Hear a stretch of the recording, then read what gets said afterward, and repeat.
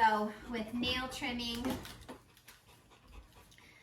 Quinn was a little bit like wiggly and wormy and like pulling and jerking his paw away. So when the dog is kind of worming around, we're gonna disagree with that. If he's trying to like mouth at the clippers or mouth at my hand, we're gonna disagree with that by correcting it.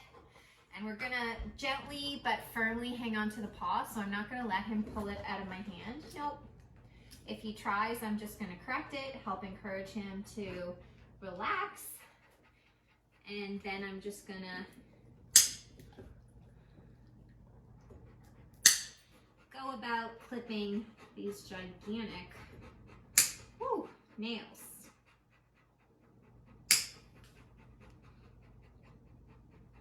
Get the dew claw. There we go, that's one paw. Other side. A little bit of trying to pull his paw away from me there. So that's something we want to correct and disagree with so that we can encourage calmness and patience for nail trimming and discourage jerking and pulling and mouthing and all the stuff that makes it really hard to get this job done. Dogs really need to learn how to be patient and tolerant for this kind of thing, because nails have to be trimmed. It's one of those things, whether you like it or not, like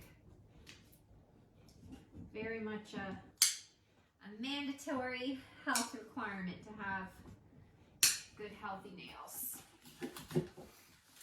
All right.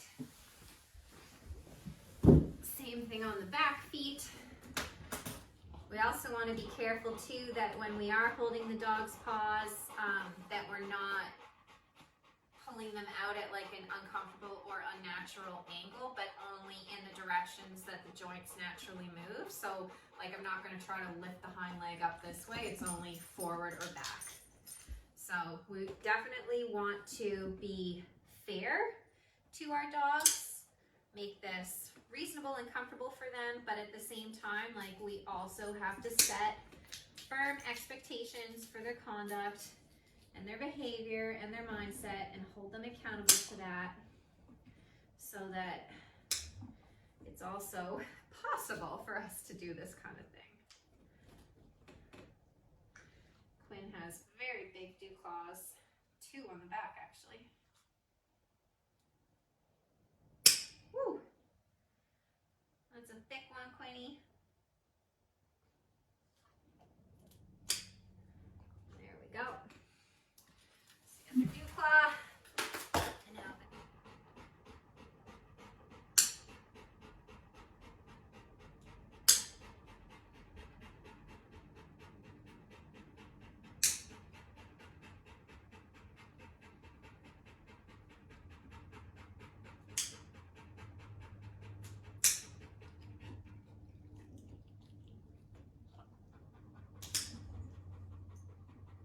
we're always going to do our best to like not cut the nails too short, so we don't want to cut them so short that they start to bleed or anything like that.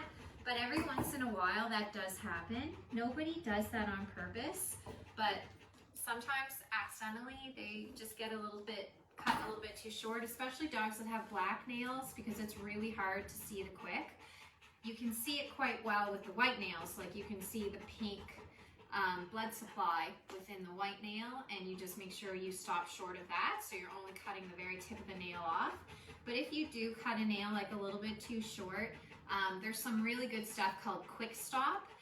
You can dab that on and it stops the bleeding immediately, and then you just want to carry on like nothing happened. So we don't want to make a fuss out of it, we don't want to draw attention to it, we don't want to feed into the dog's worry or concern about nail trims. It's just kind of like, oops, sorry, not intentional. Let's get that stopped with the Quick Stop. We'll carry on, not a big deal.